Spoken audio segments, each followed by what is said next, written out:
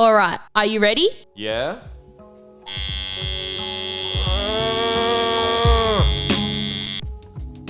This episode is brought to you by Carlisle Tattoo Co.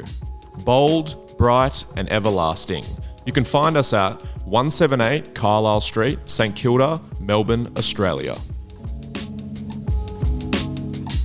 Hello and welcome back to another episode of Carlisle Studios. My name is Hal Hunter and I am once again here with my wife, co-worker and professional tattoo artist, Bella Hunter. Hello. Didn't even need to say anything. Yes, and again, you won't be able to see because we're not filming, but we are in another location. We are filming in one of the bedrooms in our house. Not filming, sorry, recording. We've had a very busy week at work and this is the only opportunity we've had to record it. So It's been flat out. Flat chat, mate. Yep, if you hear any scratching on the door, that's the dogs outside or barking. Yeah, so if they start scratching, I will let them in. No, we won't. I will. How's your week been, Bella? My week has been busy, obviously. Yeah? Very busy. What's today? Today is Thursday. It is. Today is Thursday. We literally just got home from work like 10 minutes ago, fed the dogs and sat back down to get this going. So, Yep. Weekly recap. Come on. Should I kick it off? How many weeks in a row are you going to be unprepared to Every tell single people what week. you've been doing the previous week? Every single week. Well, come on. Today I did. I'm better at telling yours. Yeah, you are. Why don't you just do it? This morning, you tattooed a customer who couldn't finish his stomach tattoo the other week. That's correct. Yes, so he got It was a rib. got the outline only last week. So, maybe like 2 or 3 weeks ago, he did a day session and we did heaps on his arm. Hal's taking a photo. I have like my jeans unbuttoned and like a heat pack on my neck. This is a shambles. Welcome to our life. Yeah, so we did day rate. We did heaps on his arm and then he wanted to do heaps on his front and he could only get through one finished one on the rib and then we outlined the other side of the rib and we had to tap it.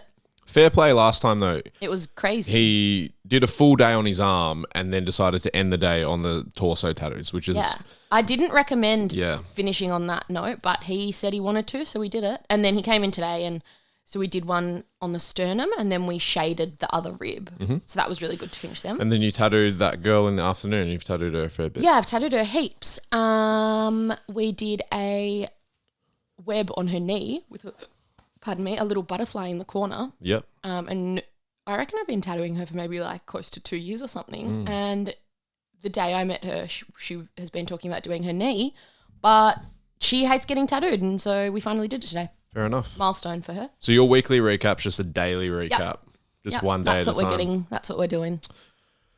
I'm doing it one day at a time. That's it. I feel like progressing on from last week where I said I feel like I've been feeling it with the tats. You're not feeling it. I know I've maintained it. I was Yeah. hoping for like a big downfall. No, I was worried about that because I did say that we're going to jinx it the other week when I said I'm feeling good about them.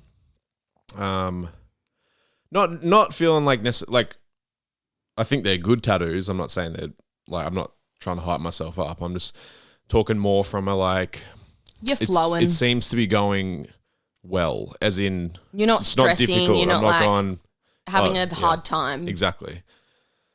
And yeah, been getting a lot of good customers coming in and I sort tell of, you what, you'd hate to be listening to the podcast, having been tattooed by you in the last like a week or two, and you sitting here saying like, "Oh, I've been having a real shit time. You're hating all my tats." That would be so terrible. I'd never hate the tats. No, but imagine. If I that always was the talk case. about it in sense of the process. Did it go? Was it happening as I thought it was happening? Going to happen in my mind. The outcome's always the same. I'll never allow it not to be. You'll never allow it. No, I wouldn't. Okay. Good on ya. So we had 2 guest artists, Dom and Finn, up from Hobart. Yep. They were here for 2 days. Are you going to say their Instagram names? Finn is Mr_2_heads, I believe. I could be wrong. Mr. 2 Heads, TWO. No, isn't it T? No, it's TWO. And I don't know the exact joke, but apparently it's some sort of reference to a joke about Tasmanians. Yeah, okay. which I've never I heard. remember he told us, but I can't remember Yep. what it is. So he's been up with us before, and I he think came that's up his with third time with us or something. yeah, second or third, and he came up with his friend Dom, whose Instagram is Berger BERGER _tattoo. Yep. First time Dom's come up, first time we met him. So yeah, always good to have guest artists. And granted, we were a little bit underprepared this week. Yep. Definitely. On Monday, we did a little bit of renovations in the shop, put a new wall in, stuff like that. And I'm not going to say we forgot they were coming, but we just hadn't prepared as to where they were actually. We definitely knew they were coming. No, but we just weren't like. just sort of were like, oh, we're just going to wing it. We'll It always works out. And ultimately, it did work out. Yeah. So the shops were really busy. Yep. Earlier this week. I had one other thing I was going to say about my weekly recap. Oh, last night we had dinner with some of my oldest friends, or I would say my oldest friends. Yeah, I would too. Dylan, Brock, Gabe, and Andy, who we call Skills, and some of their, I can't refer to him as Andy. He's only That's the Skills. thing. I was thinking, like, when I was thinking about saying this, I was like, I'm going to say everyone else's names, but I'm not going to call him Skills. Yeah, because it sounds weird. But I've never called him Andy before. No way. It's like a different person when you say that. I feel like everyone has friends like that. But anyway, yeah, so we had dinner with them last night. That was great. I can't honestly, well, the last time we all caught up was at Brock's wedding, which was over a year ago. Yeah. And yeah, we all played, we call ourselves the Fitzroy Fight Club. Come on, give the story. Somewhat prolific in North Fitzroy, Preston area, I would say. Is that what we're saying? Okay. I don't know. That's what I've heard. Nah, so we all played. I was around when you had this. You Fitzroy were around Fight because you've Club. been around a long time. I've been around the block, mate. We all played junior football at Fitzroy Junior Football Club. Mm-hmm. And yeah, me and Dylan from, I think we were all there from, say, under 12s onwards. Yeah, I would say so. Because Brock came over and his dad, Matt, was our coach. And yeah, that was like my core friendship group. Growing up. My whole time growing up. Yeah, and we met when we were 12, so I've known these guys since then too. Exactly. So, yeah, still, well, all some of my best and oldest friends. So, yeah, really good to be able to catch up. And we're terrible at stuff like that. We never catch up with, like, friends. Like, we sort of just go to work and go home because we're boring. But well, I think you see a lot of your friends from school more often than I do. I would say very rarely, but yeah. But I think, like, we're all busy. You know, we get to that time in life where we're all got our own businesses or, you know, working and stuff or kids or whatever. And I just got my dogs to come home too. Yeah. And to make sure you hey, stay Bella, alive. Talk into the mic. I'm so sorry. Come on, mate. Pay attention. I'm so sorry. I'm so relaxed. So we I'm at home. had dinner with them last night, which was great to catch up and made me feel like I was 15 again.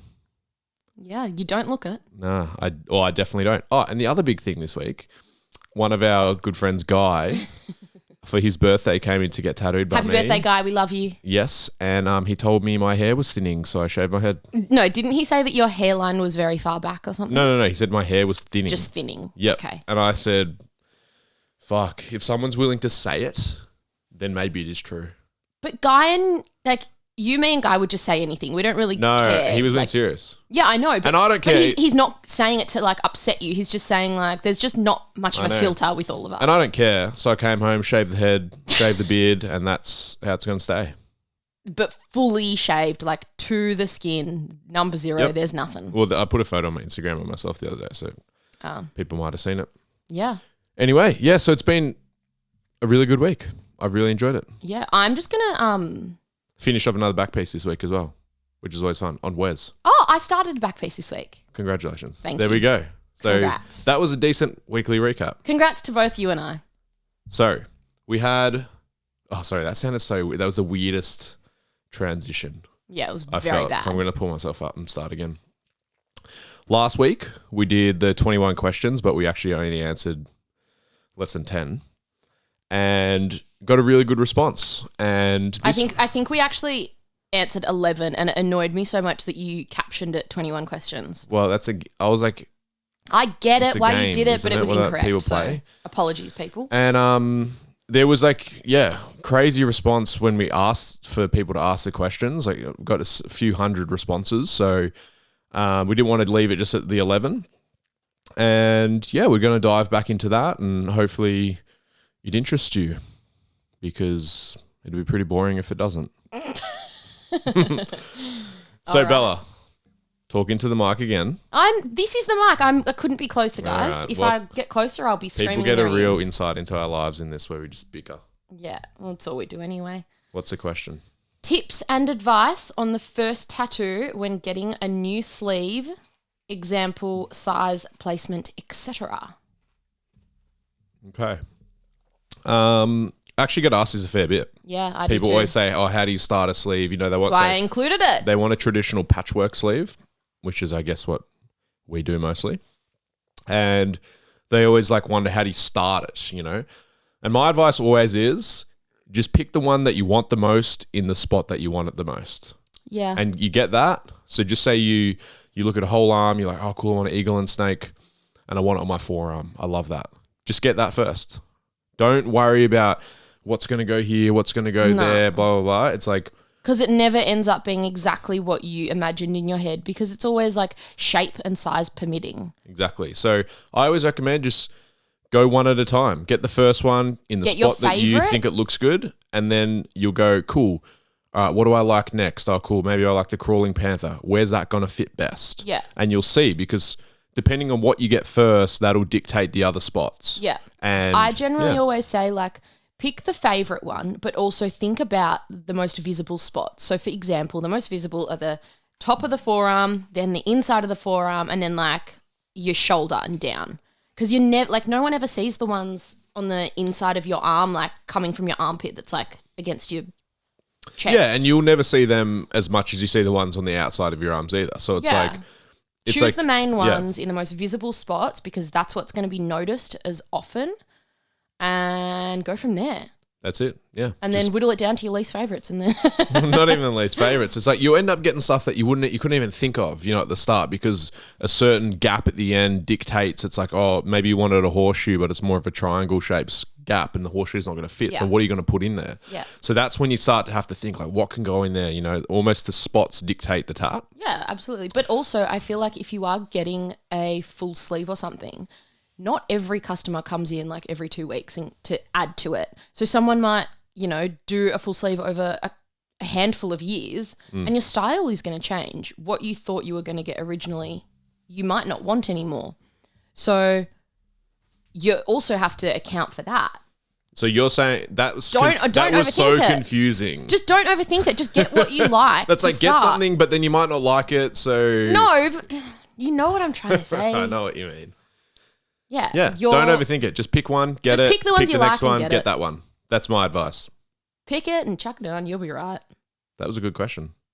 Okay. And I feel like we answered it somewhat well. Until I cooked it at the end. Anyway. All right. Another one that's addressed in big capitals to Hal. Don't yell into the mic, Bella. You said be louder. People might have AirPods in and you've just blown their eardrums out. Well, it's your unlucky day. Sorry, guys. Yeah. Hal, how would you guide someone who wants to get their full body tatted up by you? Well, firstly, I'd say Similar to the question we just did. message me and make a booking. Then we'll just get started. I was saying these things, it's like, I would say, for example, unless you're like a tiny, tiny percentage of people, it takes 10 years roughly to get your whole body tattooed. If you're reasonably consistent at it, you know? You get tattooed once a month, you know, pretty heavily. I'd say it takes about 10 years. So like the goal... Well, so for example, you started getting tattooed when you were 16 or 15. 15, yeah. You're 30 this year, and the amount of coverage you have is quite extensive compared to most of our and customers. I achieved a lot of that in the more recent years. One, because I had access to obviously getting tattooed at work, and I didn't have to pay for it, so it didn't cost me any money. It's always helpful when you don't have to pay. Well, it definitely does. You know, when you're 18, it's like it's hard to get tattooed a lot because you don't have any money. But yeah. I would say it's like, if you want your whole body tattooed, come in and just start with one limb, or start with the back, or start with the front of your Have stomach a goal, and chest. but a very achievable goal. No, it doesn't. You don't have to have a goal and have achievable. It's just like... Okay, I'll just go. I'll just shut up then. Well, the question was addressed to me, Bella. So True. Yeah. Okay. You love to ask me something and then answer it yourself. Yes, okay. Carry on. which I like. Carry I on. like Come the on. answer. Finish your question.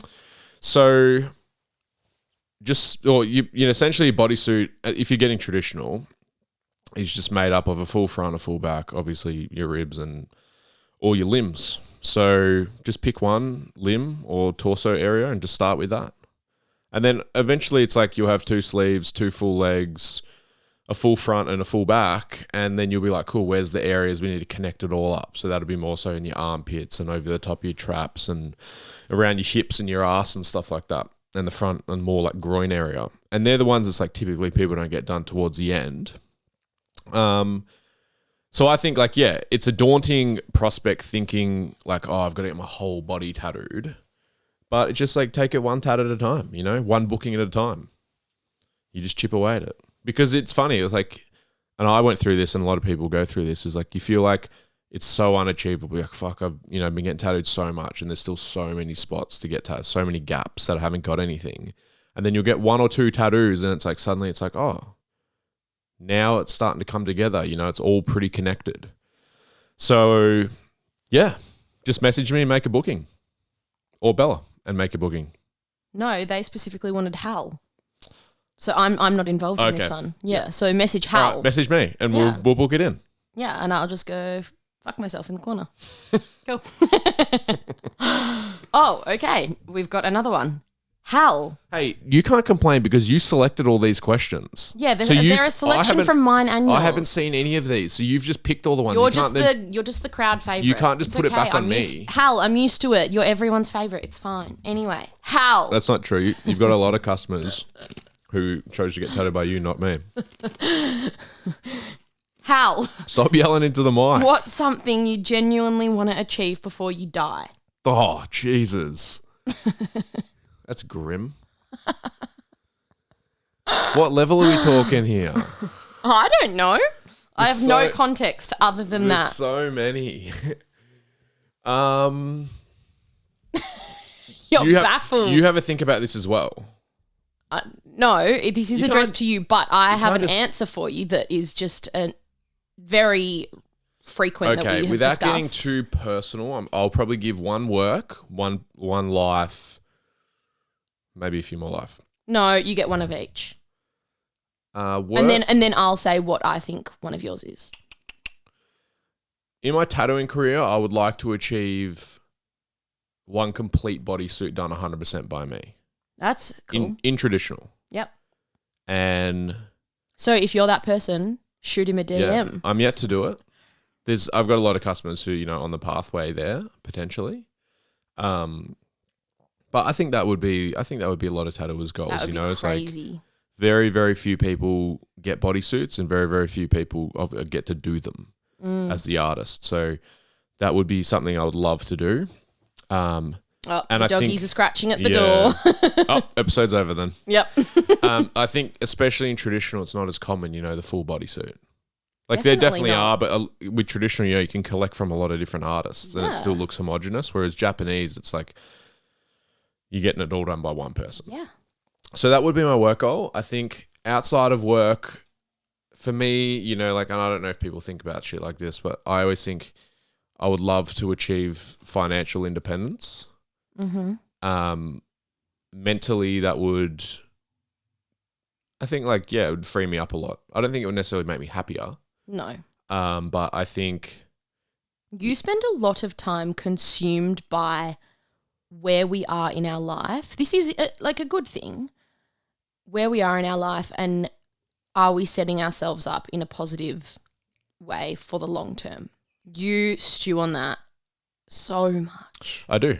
And I'm pretty happy with where we're at and stuff like that. But there's always someone doing better than you, and there's always someone doing worse than you. And, regardless of, I think, unless you're the richest person in the world, that's going to be the case. So, yeah. I don't try and dwell on it in a negative way, but I always try and think in the future. I'm like, I think it's great. You just want to be better every single day, and you want to continue working on yourself. And I just want to be able to do the things that I want to do and that you want to do and we want to do without going.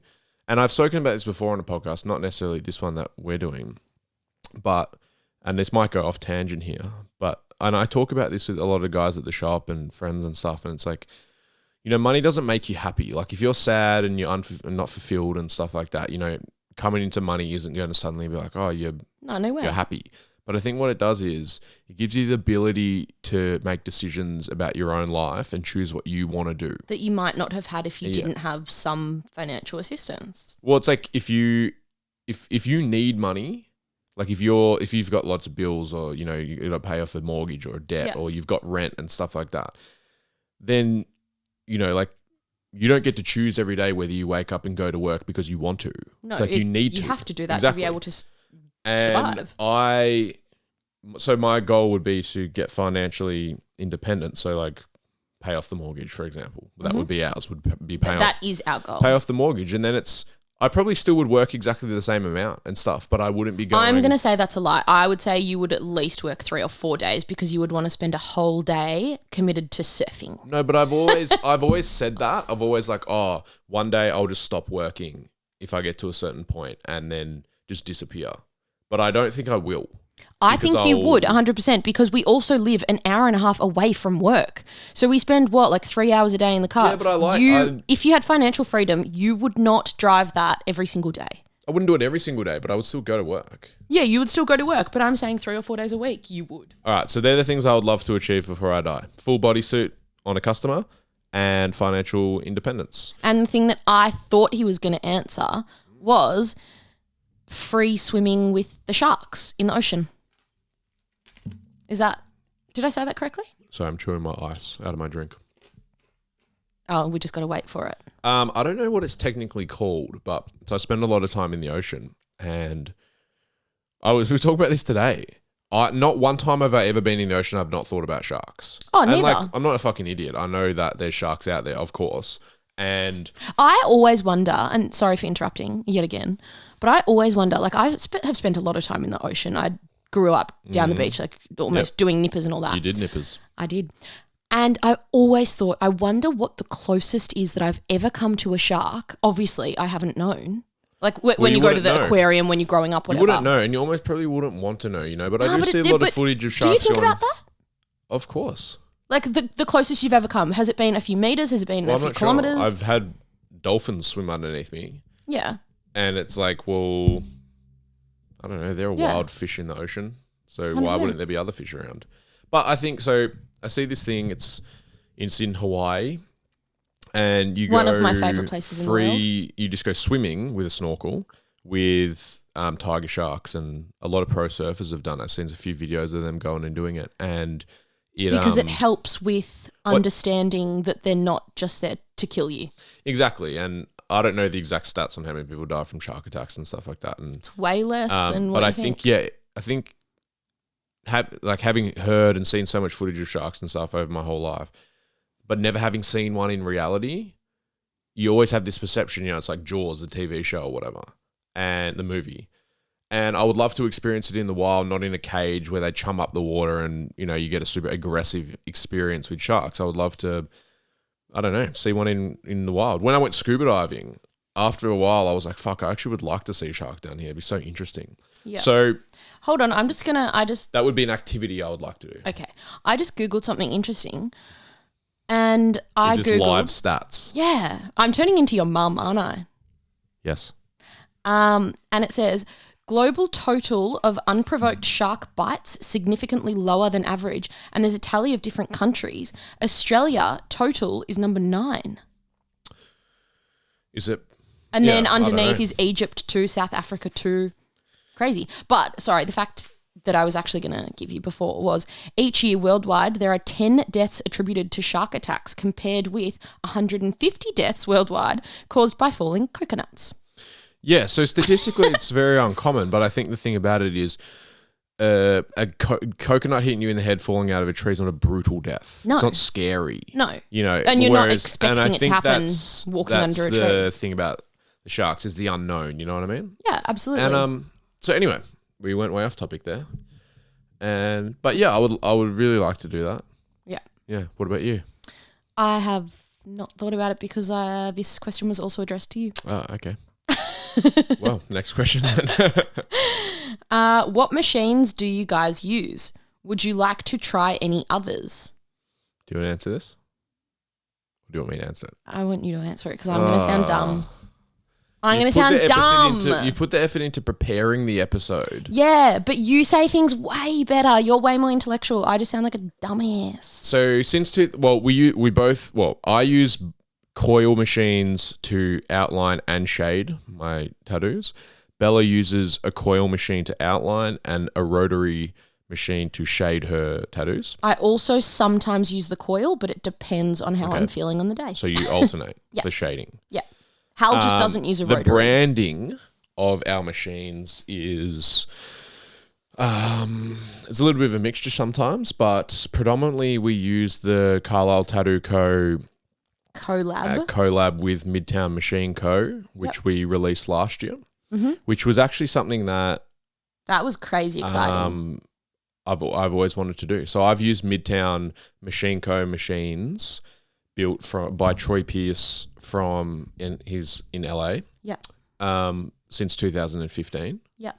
And I'll predominantly use them. Yeah. You've tried a few other machines. Yeah, I've tried different. I've got machines from my favorite tattooers and stuff, but I always gravitate back to the Midtown machines. And I think because in 2015 they were the machines that sort of I started to really feel allowed me to tattoo the way that I wanted to tattoo. Produced the style and quality of tattoos that you wanted. And I always just go back to them, and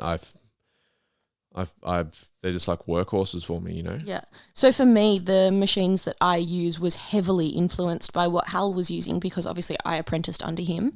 So, and I wanted my tattoos to be bold, thick, heavy lines, pretty much the same as what Hal was producing. So I started using the exact same machines as him. He ended up buying some new machines and I got his older ones and then I got my own ones and everything. And I actually use your machines. Yeah. So Hal I got a machine built by Troy from Midtown to outline with. And I don't know, I couldn't get in the groove of it. And Hal was like, oh, you're an idiot. Give it to me. And then he won't give it back to me. But I actually use his one to outline. So... Yeah, so it's a lot of it is, you know, and when you're talking coil machines, they're all handmade. So, you know, I've gone back to Midtown and said, hey, can I get another replica of this machine that I've been using for 2 years? And they'll build me one, and it'll be the same, but it's slightly different. Yeah, you know? It just won't run. Runs a little bit differently, and so that's why, you know. It's like if you go to a jean shop and you say, oh, can I get the exact same size, style, whatever, they're never going to be absolutely identical. Yeah, I guess so. They never are. So, yeah, mostly Midtown Machine Co. machines. Had a few Burt Crack machines, had a few Chad Coplinger machines.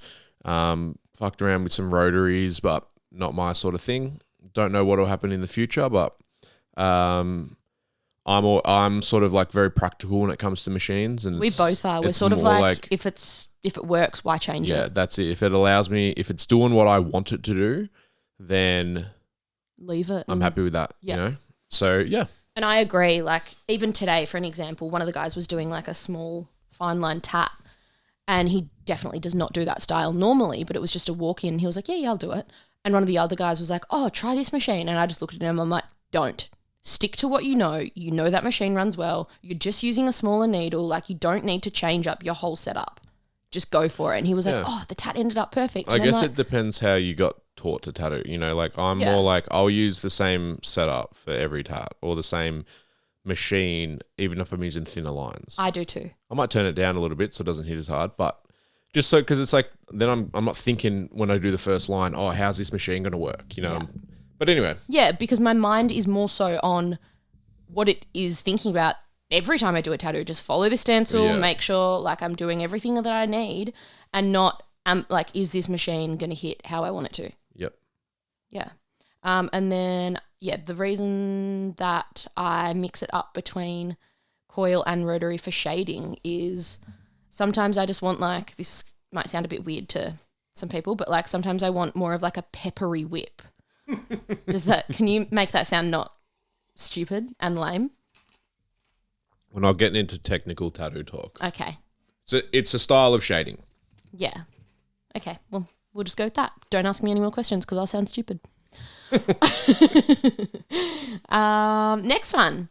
Do you get treated any differently because of your tattoos? We spoke about this last week. Yeah, we did. Yeah, we did. Maybe I just screenshot it You've twice. doubled up on the same question. Oh, I've already fucked up. Come on. All right. The answer is yes, occasionally, but we don't complain about it because we chose to look like this. Yeah, we chose to look ugly. Next question.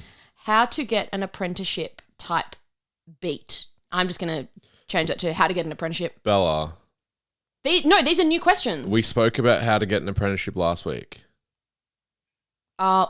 We did too. Come on. Oh my God, I'm fired.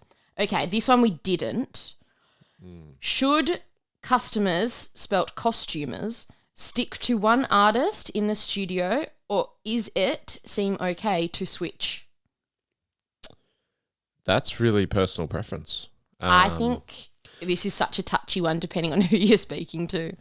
I think always, any artist in their heart of hearts would love customers to just stick to them, come and get a whole bodysuit from them. But there's so many, factors involved as to why someone chooses. Like if, for example, for me, if someone comes in and gets one tattoo from me and they want to get a whole sleeve, and then the next booking they can get is far away, I understand why they would want to come in and get someone else to do that. To get I see more. No issue with if you just want the work done and you don't want to wait months or however long. And I guess ultimately that's why you have a shop is, to get other like-minded artists and stuff to, work in the same space. Exactly. And I think that's one of the best things about Carlisle is we are able to provide a work environment where someone can come and get their whole body tattooed by 10 different people who work at the shop, and it's still going to all look somewhat consistent. Yeah. You're going to have that overall cohesive look. Yeah. So I think it's totally up to the customer. I think there's absolutely no issues with it. At the end of the day, it's the customer who chooses who tattoos them. And as long as the customer is getting the service and the tattoos that they want, that's all that should matter. But I do know that there are tattooers out there that for example, if Bob came into the shop and got a tattoo off Hal, and then 2 weeks later Bob came in and got a tattoo off Bella, she could be like, no, Hal could be like, oh, what the hell? I tattooed him the other day. Why isn't he coming back to me? But I'm just like, well, you don't own your customers. The artist has no choice over that. They just said yes to a booking. You don't own your customers. No way. It's your own body, so get tattooed by whoever you want to get tattooed. Absolutely. I would think the only time I would think about it is if you've got 99% of your body tattooed by one person and then you get like one tat from someone else. Yeah. I can understand why the artist would be like, oh, that's disappointing. But ultimately, still your body. Yeah, do whatever you want. You have no power over someone else's choices. So exactly. Who cares? This one we... There was hundreds of questions and you've managed to pick 4 that are identical. Shut up. I told you this in the car. Come on. I was doing things. Have you ever been asked to do gang tattoos? Yes, this week. Talk us through it. I should have said this in the recap. So, just in general, depending on what shop and what area you come up in, this would differ. I'm just going to say gang/racist tattoos because that was more so the question. Sorry. I didn't actually finish it. Oh, that's what it says. Yeah. Yes. Yeah, so gang stuff occasionally you get asked to do. And more often than not, I think people approach it in this way.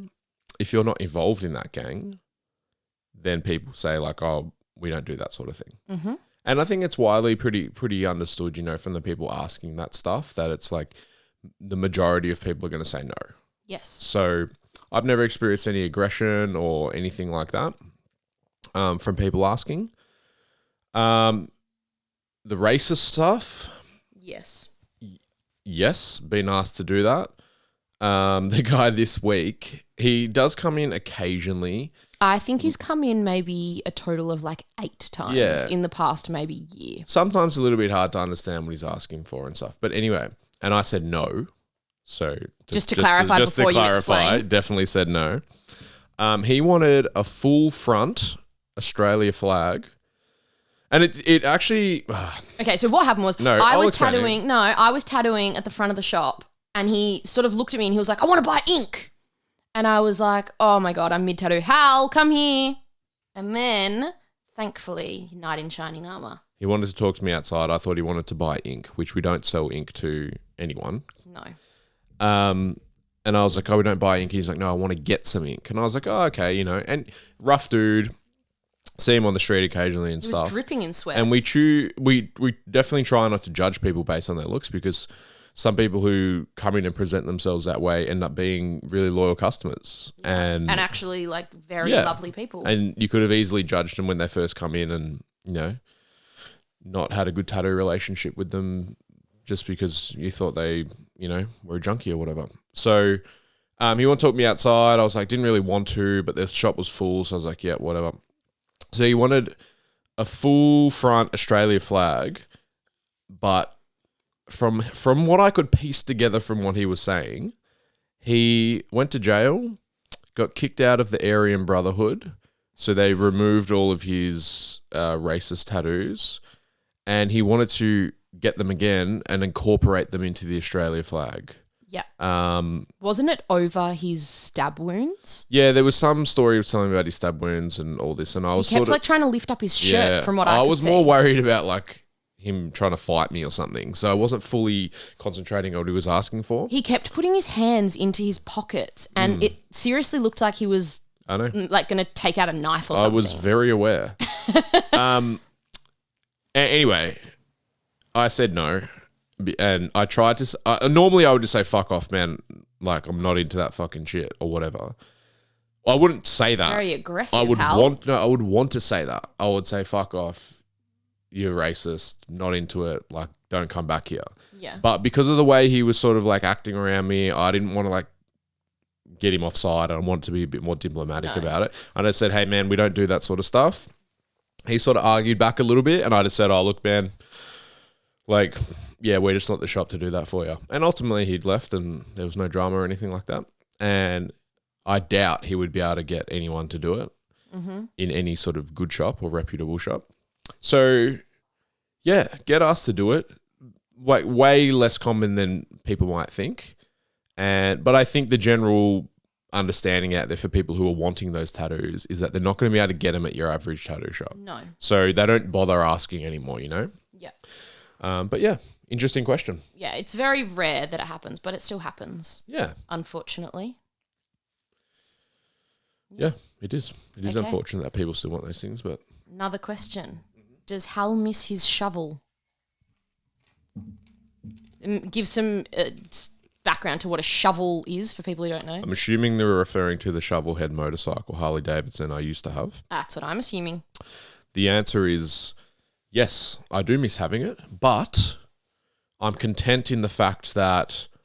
you already have 2 cars and you don't need a motorbike. No, I bought a motorcycle. I got actually Rod from Bitzer to build me a old school style chopper. Yeah, that was a few years ago. And I always just wanted one. I'm not a big mechanic guy, so I can't build motorbikes and cars myself or anything. But I like those things. I'm into them. I think they're cool. Whatever, whether that makes me a kook or not. I don't think you're a kook, sweetheart. But yeah, I just like those things. And I said to Rod, I was like, hey, I don't know enough about it to do it myself or anything, to source this shit. So I'm like, can you do it for me? He was like, yep. So he built me this motorbike. I loved it. Finally got to a position where I could store it in our garage and it wasn't a hassle and all that sort of stuff. And we used to have to store it at Hal's parents' place, like up the road. Yeah. Oh, it was a bit of a shambles. And then on the front porch. Yeah. Yeah, a little bit difficult. And yeah, we finally got a place with a garage and all that sort of stuff, and it was running great. And then we decided to sell it. Riding it and stuff down here. But for me, it was like I always thought I would commute on a motorcycle, but then we moved down here and it's like I'm not going to commute 3 hours a day on a motorcycle. Well, also, you never put the sissy bar on the back Yeah, for so me. it was hard so for Bella to sit on. wouldn't make much sense for Hal to be on his bike and me to be in a car behind him driving to the same place. So then it just became like more of a hobby thing. It was like, oh, I'll ride it when the weather's good on the weekends, but then it would always be like, oh, I'd rather go surfing when the weather's good on the weekends. Yeah, it was more a and stuff. priority thing. So I barely ever rode it, and I decided I was going to put it up for sale. Ended up selling it to a bloke in Sydney, and I hope he really loves it. And the last time I rode it was the best ride I've ever had on it, and I'll remember. But do we think that's because it was the last ride? No, I don't. Or maybe, but it just ran. It ran so good. You did look after it very well, and you did get it in like perfect condition to send it to him. So, yeah, it was a good experience. But I actually was talking to my customer today about this. I've had 5 motorbikes in my whole life. Have you really? Yeah. And I reckon I've ridden probably a total of 10 hours. So I'm so glad we've spent I've that committed money. mentally to never getting another motorbike unless it's just a bash around thing. I cannot believe you've said that. If we get a farm or something like that. Oh, if we ever live with like on a bit of land, we're definitely getting one. Definitely. But It's that's more like, that's non-negotiable. not like a registered motorcycle for the road. That's just like a Just a fang around. motorized bicycle. Yeah. That's the dog's barking. There's the big somewhere. Great Dane barking. So yes, I do miss the shovel head, but I'm glad someone else has it, Well, that's nice. and it's not sitting in the garage looking at me, collecting and I feel dust. Yeah. bad. Yep. Next one. Do you have a shop playlist on Spotify? The answer is no. We are terrible with what we listen to at the shop. I like the music we listen to. Yeah, I like it, but it is the same stuff. It's like one of 10 different playlists, but it's not a curated playlist that we've done. We literally like type in like, for example, one of my favorites is like Blink-182 radio. Done. We're set for a couple of hours. Yep. I really like, so the things that we always go through is like 90s hip hop, so Tupac, Biggie Smalls, Limp Bizkit radio. My favourite. Madball radio, so there's some hardcore in there. It's pretty much like hardcore, new metal, and hip hop. Punk, hip hop. Yep. And then a bit of like Aussie classics. Oh, Aussie classics gets ripped in there all the time. So Yeah. Jimmy Barnes, Cold Chisel, Midnight Oil, Hoodoo Gurus. So generally we'll type in an AC/DC. artist and we'll just go to their radio. Yep. So yeah, we listen to the Spotify radio stations.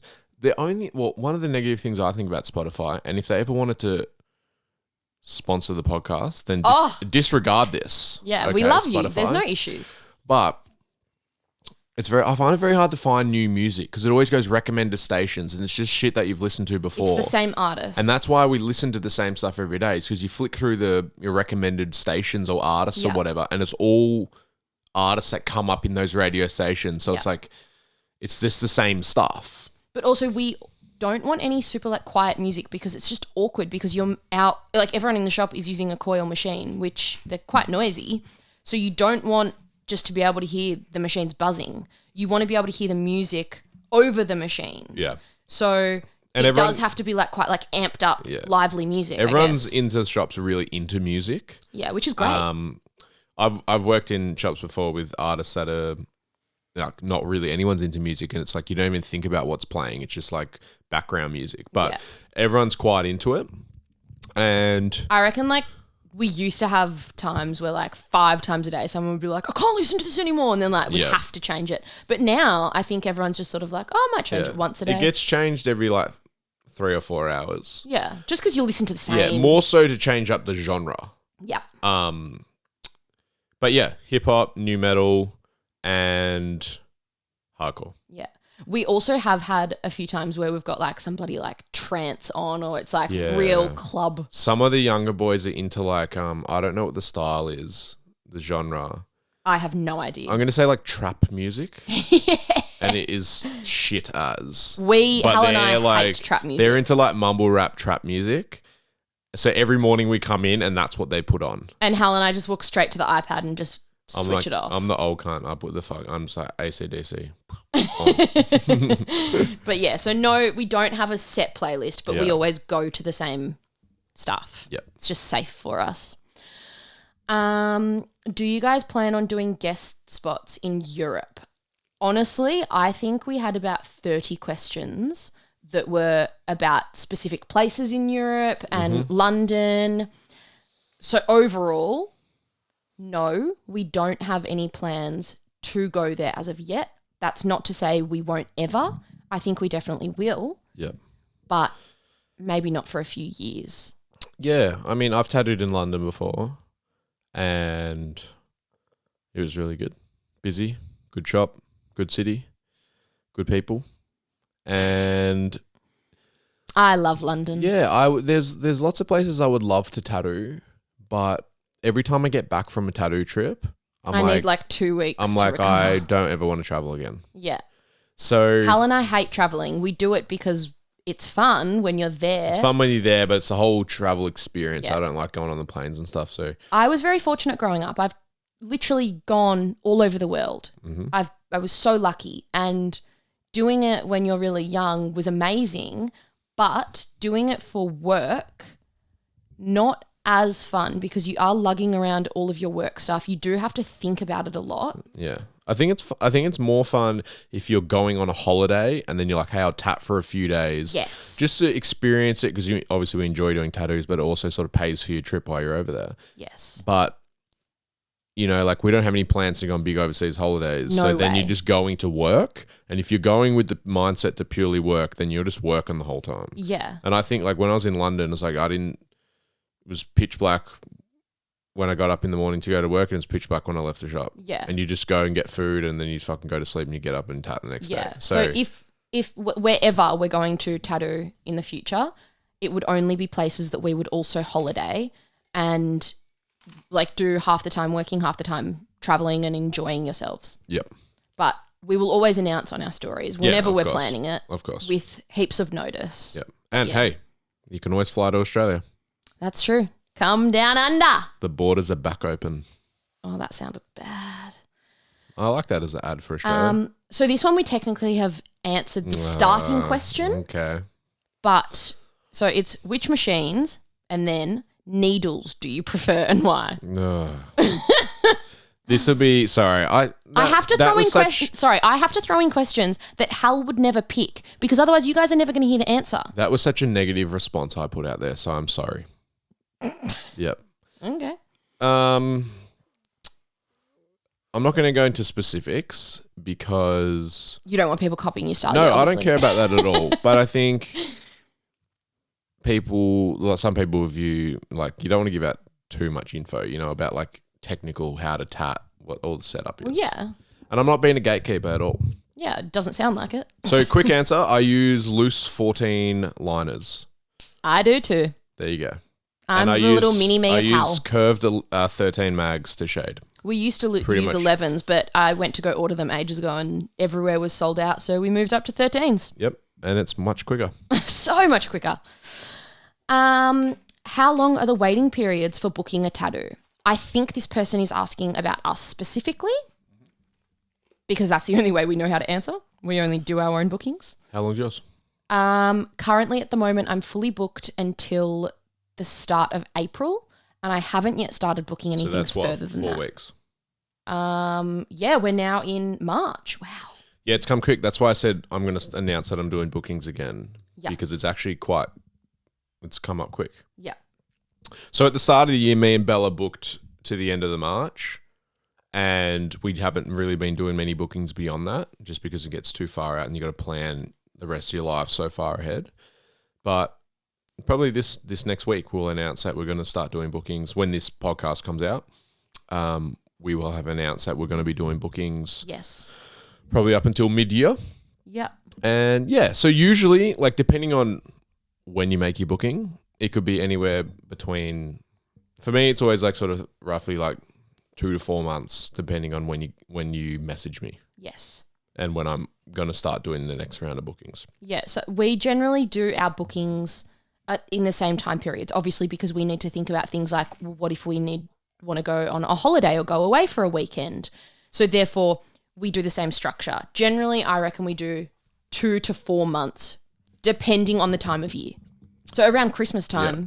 And that's just to keep it manageable, you know, because like previous years, you know, I've done sort of 8 to 10 months in advance. It's just And messy. it's like who knows what they're doing in 10 months? No one. Like, I wouldn't expect any customers to know that. So I don't even know what I did today. there's a lot of like people you would message and go, hey, I'm just confirming your booking for next week that they made 10 months ago. And they're like, oh, fuck, I forgot to put it in the diary. yeah, or I've changed jobs, I don't have money, or I've moved and like whatever. So Yeah. I just try and do like 2 to 4 months, keep it manageable, and yeah.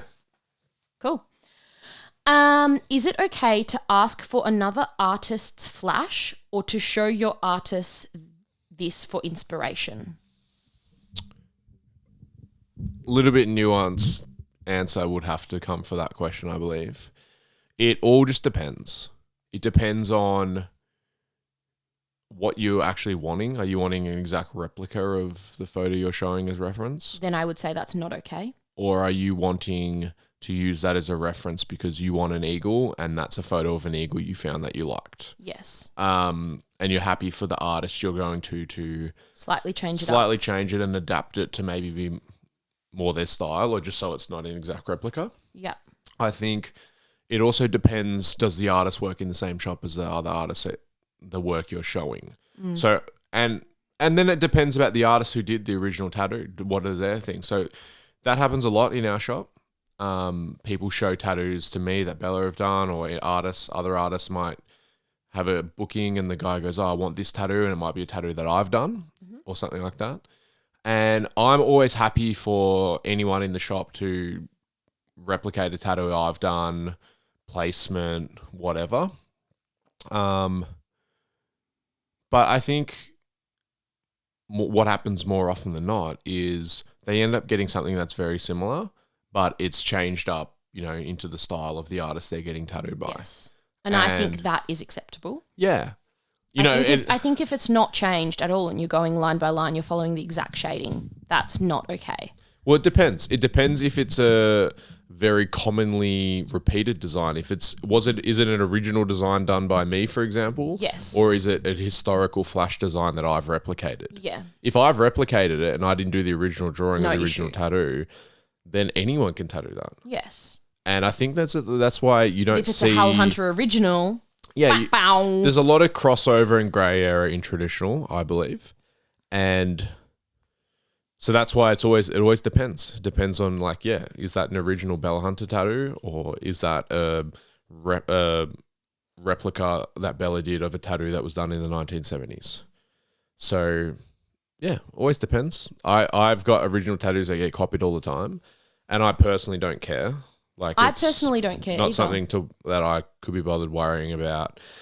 And it always is the same situation, It's someone from a country on the other side of the world who realistically is never going to come here and get it tattooed by me. Yeah. And they've just gone to their local artist and said, hey, I want this. And do you know what? You and I both get a few photos every now and then of people being like, hey, what do you think of this? I got my artist to do your tattoo. Yeah. And they showed them the photo. And I'm like, sick, looks great. Yeah, and this is definitely not me trying to talk us up or anything, but it's with the social media, it's you want people to see your work. You want lots of eyes on your work. That's why goal that's why achieved you if put it people out are there. showing it. So for example, if 2 million people see your profile over a whole year, of course someone's going to see it and just go and get it tattooed. Take it as flattery. It's that's what I think, and I think if you're the artist, it's just me personally, other people might disagree. If you're the artist and your work's getting copied, if you think that's realistically taking business away from you, then I don't think that's the reality. I was no one can ever do it the way that you do it. Yeah. So it's if someone wants a tattoo from you, they'll come and get it from you. Yeah. They'll do what they can to come to you, and the only reason they might not be able to is if they're on the other side of the world, and it's not. Exactly. Then so I'm sort of I don't really care. It doesn't bother us. We're very relaxed about it. So, and I think there's no point stressing. You just think about doing your own tattoos and make them as amazing as you can. That's it. Yeah. Cool. All right. What was a big breakthrough in your tattoo journey? Do you know, I really don't like that word journey. What is a journey? Yeah, I don't like the word. Anyway. Do you have one, Bella? I've got one. Hit me. We were talking about it the other day. Not you and me, but me and someone else. The other lovers. Mine's actually a bit corny, and this will sort of maybe give you a little insight into my mindset when it comes to tattooing. and stuff like that. And so before I answer the question, I think in tattooing, you get into tattooing because you want to learn how to do tattoos and you like tattoos. You think they're cool, whatever. The goal is to ultimately be able to do a good tattoo, really good tattoo. And then the goal beyond that is to be busy doing it and people coming to you because they want a tattoo from you of a style that you like doing. I think that's the ultimate goal when it comes to tattooing. And I always thought, and maybe because I came from, having another career before tattooing and stuff, was that it's like, I think a lot of tattooers think about tattooing differently maybe to how I do and Bobby does and some of us at the shop do. And they're not willing to sort of like, I'm not going to say sell out, but like market themselves in a way that's going to ultimately allow them to achieve what they want to in tattooing. But maybe you have to do things that are a little bit, corny, or you're like, oh, I ideally wouldn't want to do this. Yeah. But I know that this is going to allow me to get to the position I want to. You level up. And so one of the things for me was I started on Instagram doing like tutorials, like to camera talking, where I would like describe how I was doing a painting, what utensils I use. Flash sheet with exactly, me. And the first one I did, I was like, I know other tattooers and stuff are going to think, or people who are in the cool club are going to think. We're not a part of the cool club. I wouldn't think so. And I don't want to be. But I'm happy with my life. People who are like that are not going to be about this. They're going to be like, this is lame as, this is corny. Like, I wouldn't even say I'm a great painter. So, I think you're great. No, but it's like, there's lots of people who can paint better than me. Yeah. And so I think, I was like, you know what? Like, I'm not here to tattoo for those people. No. I'm here to tattoo for customers, and I want... Yeah, for the people who have bookings with me. And I think with social media, like, I don't necessarily feel like we're influencers, but I think one of the things that's allowed us to get more out of social media, like doing this podcast, is like we're quite open. And I'm like, hey, I'm doing this and I'm interested in it. And I just want to tell people about it and show people. And so with the paintings, I was like, hey, I'm doing these paintings. This is how I do them. It was like a step by step. And that was one of the first things I did on social media that started to gain traction outside of just like, oh, that's a cool tattoo. Yeah. And really got a lot of interest from customers, and I got like a crazy response to it. And I look back and I'm like, I wouldn't want to do that now, because now I'm like, oh, I felt like it was a bit corny and a bit tacky, and you sort of like playing the marketing, like, because like you sort of like trying to sell yourself. Yeah. You're like, hey, I'm doing this, check it out, whatever. Yeah, and I'm doing this, look at me, watch my video. Exactly. But I think... And also, this is my way that I paint flash. Anything you do,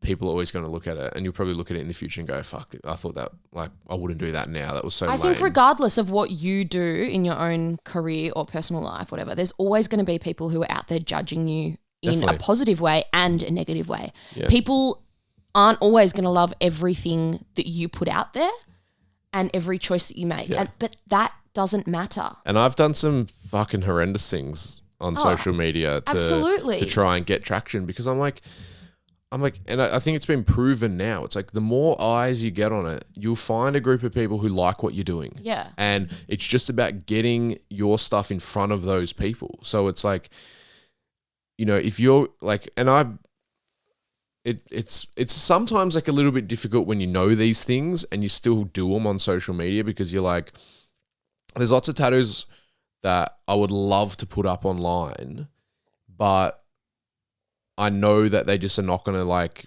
get the response that I want. Yeah. So like it might not get great traction. That's what I put fewer of those up, and I would love to put them up, but it's like the marketing side of the social media. It's like that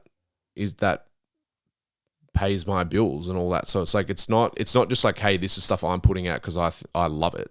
Yeah. I do like all the stuff I put out. We definitely choose the photos that we're posting and stuff like that, because we know, or we think that it's going to go well on social media. If I wanted to post every single thing that I did, you would not like it that much because I'm not choosing like either the stuff that's going to pop off or Yeah, so it's I guess we're just rambling here because you could talk about a lot of stuff, but I think you get to a certain point where then, and this is what I was trying to say, sorry, I did those tutorials and I wouldn't necessarily want to do them now because I felt like you felt corny doing them. I felt a bit corny doing it, but I actually did like doing them. So maybe that's just me thinking that other people thought they were corny. Yeah. And going like, oh, people are going to not like this. But anyway, so they got great responses and it started to build traction. And I did feel it would do more of them. I did them on TikTok, got good responses on there. And then now the end result is that's built and built and built. And now I'm in a position where I get the freedom to do a lot of cool tattoos and like tattoo all around the world and all around Australia and stuff like that. So that's why I look back and I'm like, I'm so glad I did those. Yeah, because if you didn't, you might not be in the position you're in. Exactly. If I didn't choose to make those decisions, go, you know what, I'm going to do this, then there's every chance that I might not be in this position. I'd still be going, fuck, how do I get people to see my work? You're not going to know where it could lead unless you give it a go. And there's lots, and everyone can do their tattoo career how they want to, but there's lots of tattooers I know out there who could be way busier, way more popular, do fantastic tattoos, but they're just not willing to market it and put it out there. And for whatever reason, that's it. And I think a lot of it is insecurity, you know, more so about how other artists and stuff within tattooing are going to perceive them. I think that's a huge, well, I see it as an issue, but I think that a lot of tattooers are very hesitant to post as often and as frequently and, you know, some personal stuff on their socials because they don't want to be labelled as like you're just trying to get busy and make money and stuff. And I'm like, at the end of the day, this is our job. Well, I want to be as successful tattooing as we can. I want to be the best that I can. So I am going to post frequently and I'm going to put stuff up there that I don't see other people doing because why wouldn't I want the best for ourselves? Yeah, it's such a weird thing within tattooing, you know, that it's sort of like you get a lot of like knockback if you try and do anything to sort of progress yourself or you're seen as like a bit cocky do stuff that's not. I wouldn't say cocky. It's more like I think people just think you're lame or you're corny or you're not doing like the coolest shit because you're trying to get busy or you're trying to market yourself. I remember when Instagram first started and it was like tattooers who were like some of my favorite tattooers would never put up that they had time available, even though they had fuck all bookings on because they thought that it looked desperate and looked lame to say. And I was like, there'd be people out there waiting to get tattooed by you who think you're booked out for 12 months. Yeah. And they just don't know that you have availabilities today. Yeah. And if we're sitting at the shop and we get like a cancellation or we do end up having time because the tattoo we just did was way smaller than we thought, we're posting it on our story straight away saying time available. And of course, I want to be doing the tattoo. There's a line, you know, you don't want to be putting it up 10 times a day saying, hey, come get tattooed. Like that obviously is desperate. Yeah. But yeah, I just remember when it was like, you know, saying, hey, I've got time available tomorrow at 11 was perceived as like lame and desperate and stuff. And now that's changed because people obviously want to get busier and stuff. But yeah, tattooing's very sort of negative sometimes in those sense. So I think that was a turning point for me in my career. I'm really happy that I did it. And I would tell any young artist or whatever, it's like, don't do anything that isn't true to yourself. But I think, be more confident to be who you are and put out what you want to be and put your personality out there and shit like that. So what about you, Bella? I would honestly say the breakthrough in my tattoo career, but also just overall in my life it's so similar. Like it's literally the same thing. It's not actually wasting my time thinking about what other people think about me and caring about other people's judgments. I'm doing what is making me happy and what I think is bettering me.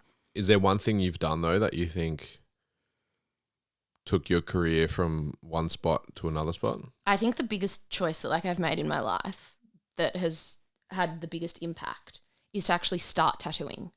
Yeah, well, that would change your tattoo career, wouldn't it? But considering I have wanted to tattoo for so long, and the only reason that I didn't start earlier was because I thought that people would think that I was just copying you. And do you know what? Dom, who guested with us, he said to me, he was like, "Oh, so how did you get into tattooing? Did Hal get you into it?" Mm. And I was just like, Well, everyone thinks that. Well, I mean, it is. I've tattooed longer than you, so I understand why people think it. And that'll change with time. You know, like I don't think it will ever change, and that's fine. No, it will. But you also, I think we've gone off topic here, but you really only pick up on the negative things people say, and not that that was a negative thing by Dom. You've just taken it negatively. No, I didn't take it negatively. But you always, it's like you'll have 100 people get tattooed by you who don't even follow me. And then the one person who's like, "Oh, I found you through Hal's profile." You're like, "Oh, everyone fucking just thinks that Hal taught me to tattoo or whatever, you know?" And I'm like, so I think, you just hear the negative things, and which is very common for a lot of people. You never hear the positive stuff. So they're like, over time that'll change, obviously, as you've tattooed longer and... I think I hear the negative, the positive stuff, definitely. I just don't like talking about it because I feel awkward. Well, you don't want to sound like you're fucking pumping yourself up. Nah, because that's a bit lame. Anyway, next question. I think we're going to do one more question. Yep. Because I'm so hungry and I can hear the dogs hardcore wrestling outside the door. I'm very hungry as well. Last question is... It better be good. Well, I can't tell you. Like, it's just the last question. Yeah, all right. I didn't save it. Just be a read good it. One. Just read it. Just a question. Black and white versus full colour, pros and cons versus personal preference. Ooh. I love full colour. I probably don't actually wish. I don't really care that much about my own tattoos and what I've done because I'm a bit more relaxed about it now. But my first ever tattoo that I got that was like a big traditional one is a babushka on the inside of my forearm, and I went full colour. And I didn't think when the guy said to me, "Oh, do you want colour or black?" because I was a bit like nervous and just said whatever. And so I've only got like a panther and snake that you did on the other forearm that's colour, and I did that colour to like counteract the fact that everything else is black besides the babushka on the other arm. So I wish I either stuck with black or colour, only because I prefer the look of one or the other. But I see people every day with mixed and I love it. So were they asking what you prefer to do or get? I don't know. It probably would be do, I would think. Maybe do. I don't depend. It just depends what your goal is. If your goal is to get covered, black and grey is quicker. Yeah. It's usually bolder. It's usually darker because obviously you only get to use black and some grey. Yeah. Individual tat close up, colours got more going on in it. Yeah. Pops a bit more closer up. I think always depends on your skin tone as well, and how it will heal. Whether those colours are going to be as vibrant or not. Yeah. But ultimately, it's like I'm just always down with whatever. You know, I post mostly black and grey tattoos on Instagram just because... We do mostly black and grey. Well, I've done mostly colour tattoos this week. Yeah. But that's just this week. Yeah. Day to day, we generally as a shop... Oh, as a shop, definitely black and grey we do more of. And that's just because that's what the customer wants. Yeah. So I'm always like... I try and be very relaxed when it comes to tattooing. Like, I know that, you know, my personal preference might not be someone else's. Yeah, it doesn't factor into it as much as I think a lot of people think it does. And I'm like, you know, if I'm sitting there going, fuck, I would love to tattoo this design in black and grey, but they want it in colour, I'm like, well, I'll get the opportunity tomorrow to do a black and grey tattoo. And yeah, you know, I did 6 colour tattoos today, and it was actually, it was really enjoyable. Yeah. And I did. It's nice to mix it up. I love doing both. Black and grey back piece yesterday, and I love doing it. So I think it sounds so corny as well. It's just like, I just want to do tattoos, and as long as they're... I just want the person that I'm doing the tattoo on to walk away really happy with it. So if that means they want a black and grey, great. That's what we're doing. And I just think ultimately... And that makes me happy knowing that they're happy. The thing I want to tat is like heavy coverage and dense. Yeah. And you can achieve that with both colour and black and grey tats. So, yeah. It's more about the design and placement and stuff that I think about. I think that's more important than black or versus colour. Yep. Perfect. That was an interesting last question and a reasonably short answer. There you go. Not bad.